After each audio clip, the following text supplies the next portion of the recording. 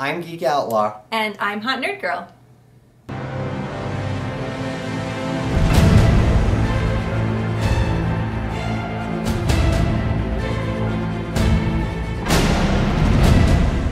I'm going to jump right into it. I'm going to say, initial thoughts, top of your head, Man of Steel. What did you think? I thought it was actually really good. I was pleasantly surprised. I wasn't 100% sure what to think, what I was going to think about it. I had heard super fans say that it was amazing. I didn't actually read any reviews because I don't like to do that before I review it myself, but I was a little concerned. And your concerns were nullified? Yeah. Yeah, for the most part. Yeah. How about you? What do you think? Overall. Overall. Mixed bag. I know I was a little mixed. That was the deal. There were some great moments. There were some good moments, and then there were some really cheesy moments for me. What was a cheesy moment for you? Man, you know, Superman is an iconic character, and it's really hard, and it's a goofy name a little bit to me as a superhero. As opposed to what? Ant-Man? No, it makes sense, but just introducing his name, there was a couple of goofy scenes, like she's like, you should be, you know, where Amy Adams is coming in. But they have to introduce it somehow. You gotta do it somehow, I agree. Anyway, no, just overall, there were some things that were a little bit cheesy to me, like, I think where she said they saved us. In the end, I don't know if you noticed that. It was just kind of, I don't know, there were certain lines that came across, it was a little cheesy.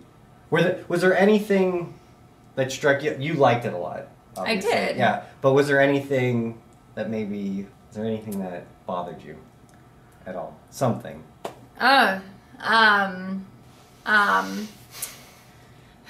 Negative. Or things that could have been improved upon. Maybe didn't meet your expectations. My problem is I'm very much a movie lover, so it's hard for me to. They have to really try to make me not like a movie. I don't know. It's really pulling teeth with you. All right. I'm sorry. That's okay. Okay, tell me what you loved about it, and actually, what I want to know is what you loved, and I want to know what continuity from the comics that were brought in, because you're a little bit more of an expert with Superman. I actually really liked how they showed more of the scenes on Krypton and what happened, instead of just him learning it from, you know, the floating Jor-El head. And I like that in Superman 2, General Zod and his groupies are a little cheesy. So I like that. I think that Michael Shannon did a really good job with making General Zod a very believable villain, and also portraying him in such a way that he genuinely believes that he's doing the best thing that he possibly can for his people, and he's trying to save his people.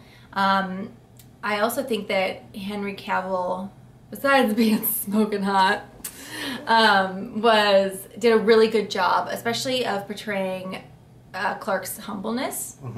It's the best that I've seen that since Christopher Reeve. I mean, Brandon Routh, don't get me wrong, he was okay, and he was kind of good at being goofy, but Henry Cavill was a much quieter, more genuine humility, you know, version of that humility. He had a little Reevishness in him, a little more muscle too. Yeah. He was a little more stacked than Reeves was, but he had that look to him. When he came out of the ocean, I was like, all right, don't get me started. I'll talk about Amy Adams later. She's hot. She is. She's very hot. But again, another little bit of disappointment with me. I'm gonna kind of play a little devil's advocate with you. Again, a little bit of disappointment with me in the movie is it felt a lot like a music video. The scenes were very choppy to me. I didn't get a lot of flow from it. Christopher Nolan, of course, did the Dark Knight trilogy. I felt they were a little bit smoother. I know this is the first one they're introducing a lot, but it's a lot of flashback and cutting back and forth, and the scenes, and it was so much action. I mean, every scene was action, right? I mean, most scenes. There was not very much like kind of slow character development scene. So when you kind of do that and you're jumping from they action did to action, really breeze through him kind of learning about his powers. I mean, yeah. it was like, okay, I'm gonna jump really high. Now all of a sudden I can fly and I'm an expert at it. Yeah, exactly. I mean, it was rushed it was through. cool. It was a cool scene seeing it, but it was no slowdown to kind of get to know the characters, and I felt the Lois Lane relationship with Superman was a little bit rushed, like how they just kind of came together and they're kissing and holding hands, and they haven't had much time together on screen. His relationships, actually, his personal relationships with everybody were very rushed. They really didn't get to explore his friendship with Pete Ross. They didn't go into at all about, I mean, his first love that he has a huge crush on, and is a very, very huge part of his development, is his crush on Lana Lang. And, I mean, they kind of look at each other on the bus, but on his end, it was like he was being bullied, so he didn't even get a chance to really, like... That's not like a one-night stand. That's like a 1 minute stand right there. That was 1 second. Yeah, it was really quick. Yeah. Even his relationship with Lois was really breezed through. His relationship with his parents was probably the most developed, especially his adoptive father, which, by the way, both of his dads being Robin Hood. Wow. Did you notice that? I just noticed it right now. I just realized that sent tingles down my spine. This was the strong points of the movie for me. I'm a big Russell Crowe fan, and I do like Kevin Costner, and I thought they both turned in very worthy performances as the father figures. I thought so. We saw a lot more of Jor-El than ever.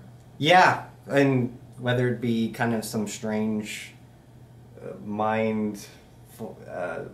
shadow of himself. Computer program that could interact with people somehow. Hologram. Very, very out there. It was a little hard to grasp that aspect, but it was cool seeing a lot of him, even though.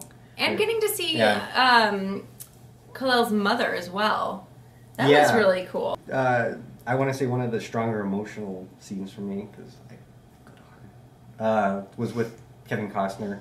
I don't know if I should ruin this scene. Remind me. Tornado. Oh. Yeah. That was a little...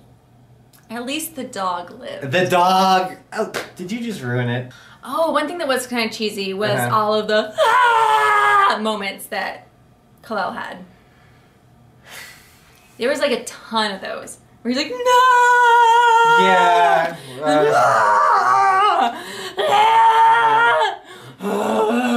It was for you, my dear. He knew. He was reaching out. I just needed to keep walking out of the water shirtless. Kind of going back to Lois Lane a little bit, and kind of I don't want to call this cheese ball, but something that bothered me. Okay. Lois Lane in most Superman incarnations is not a kind of a butt kicking. She is kind of the omniscient. She's a tough cookie, but she's not. Yeah, she's a reporter. Yeah. You kind of get the sense that, with the military, she's climbing ice caves, all of a sudden... Oh, that was so ridiculous. Yeah, that was a little bit... Oh my god. I was like, who does that? I mean, really? I mean, stay in your room.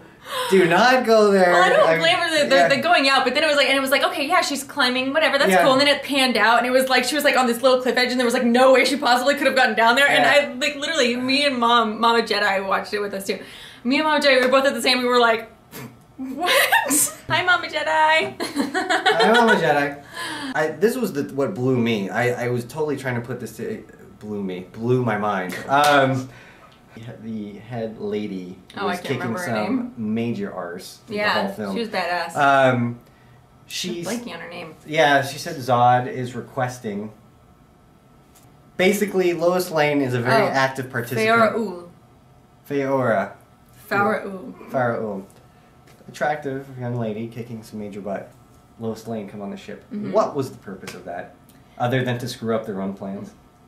They went into her mind. Remember, we didn't see it, but she said, "Remember, she was like, I'm sorry, like I didn't really. They got all the information about you out of my head. Like they were just trying to gather more information about him." I see. He said, "I'm going to teach you how to do this, and you're going to teach." Yes. Okay. How to stick it in the? I thought he knew how to stick that thing in the slot. No. It wasn't that. It was the fact that that ship, that pod, could be used to disrupt. Yes. Like, I mean, he knows how to put the S thing in. Oh yeah, no, he knows how to put the S thing in, but did she need to be on the plane at the same time? They were just flying the plane into the thing. Well, because Superman wasn't there, and the military guys, they didn't know like how that thing went in. I mean, again, stretch. But I mean, how that thing went in. Yeah, how that thing went in. Those were some of the things that were just it took me a little bit out of it, just because you're used to kind of this Lois Lane character not being as invested or maybe integrated into the action parts. I liked that though. To an extent. I like that she wasn't just the damsel in distress that needed to be pulled out of the dirt and, you know? I am no longer Geek Outlaw. Who am I? Do you know who I am now? Who are you? I know, but I don't. I work at the Daily. It's like you're a different person.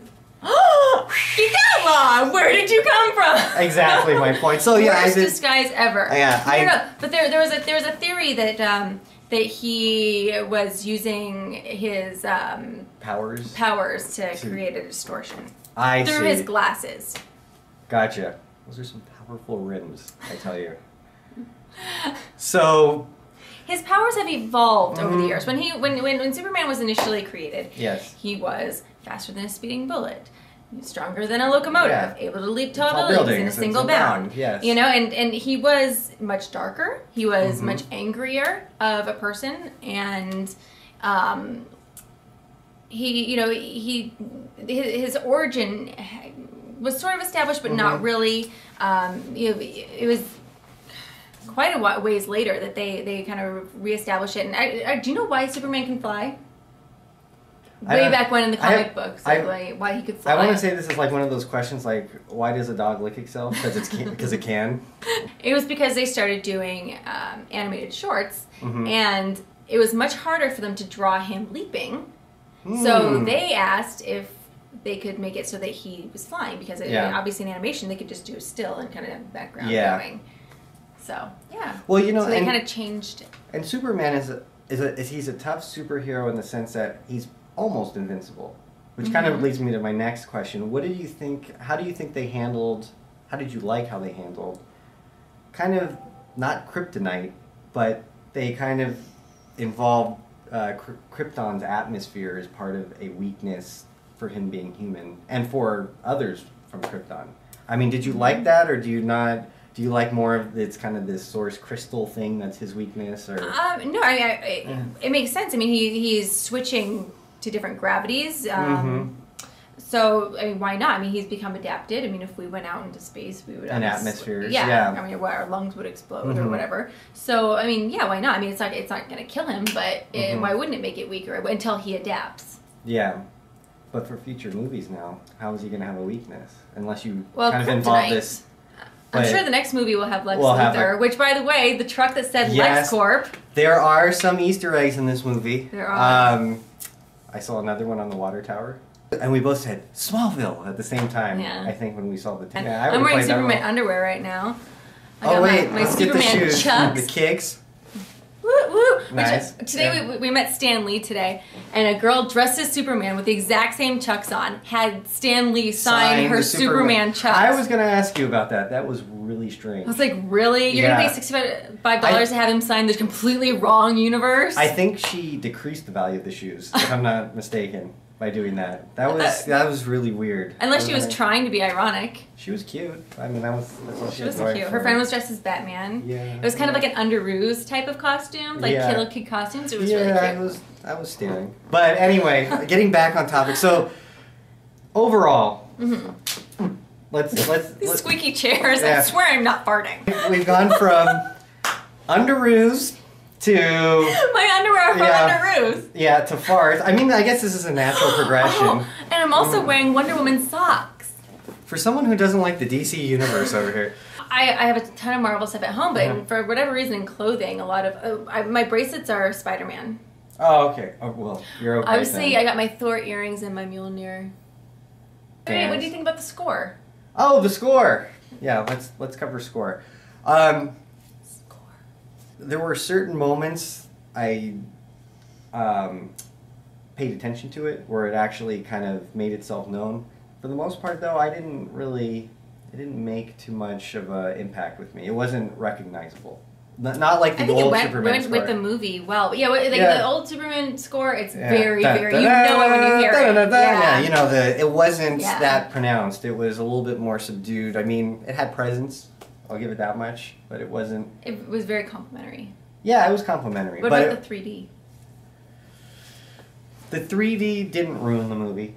I forgot it was even there. Yeah, it wasn't. Well, this is one of your post-production 3Ds. This is not one that's done with the 3D camera, so you're not going to get that full layered effect. But it was on one of those nice wide screens. It was a nice wide screen. With the curvature. Yeah, we were in the lovely theater at the South Point Casino, being out here at the amazing Comic-Con, with XD screen, super lines of HD, all that kind of gizmo stuff, but it was a good picture. The special effects were great. I thought they were excellent for the little bit cartoony when they were fighting each other. I think little shaky cam when it didn't need to be. Yeah, there was a lot of shaky cam that kind of gave me a slight headache. The 3D though was good. It was fine. I've seen better 3D. I've seen worse. I would say it was kind of middling to fair. It was better than the 3D in Immortals, another Henry Cavill film. That I have not seen. So, how are we friends? I don't know. For some reason, you keep me around. I think it's for the discounts. Actually, I got a free drink. Yeah. You paid for my meal, and I got a free drink. Well, you got a discount, so you didn't have to pay for my drink.